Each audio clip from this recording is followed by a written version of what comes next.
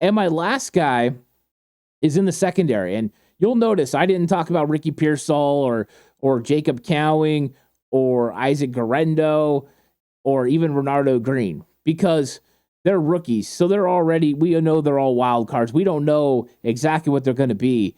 I mainly try to keep it about guys who are second year or beyond that are coming in and looking to make a team where it's like, hey, what are these guys going to do for your team and how can they put you over the top? Because the truth is, if these wild cards hit, 49ers are got a really good chance to win the Super Bowl. Now, for some, you need them to hit. The winners, Jair Brown, they need to hit for the 49ers to have a really good defense. For Drake Jackson, for Robert Beal Jr., they need to hit for the 49ers to put themselves over the top as far as defensively being able to put that pressure. Another position the 49ers need to hit, and I've talked a lot about Isaac Yedem. I'm not going to talk about him here. He's definitely a guy that could be considered a wild card, even though I think he's going to be a breakout player for the Niners. But how about Darrell Luter Jr.? Darrell Luter Jr.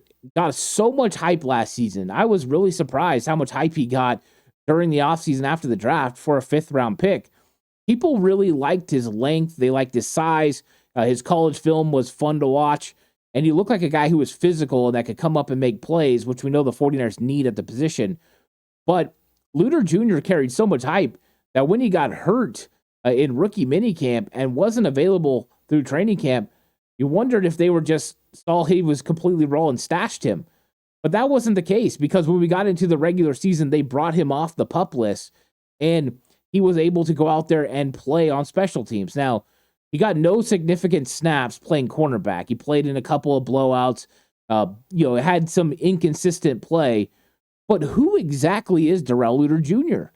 I mean, how good is he going to be? I've heard some saying that they watched him at minicamp and he's the second best cornerback on the team, not named Charvarius Ward, which is insane to think because Deommodore Lenoir is obviously the second best cornerback on this team. And I would argue Isaac Yedem is better right now than Darrell Luter Jr. But let's say that Darrell Luter Jr. is that good.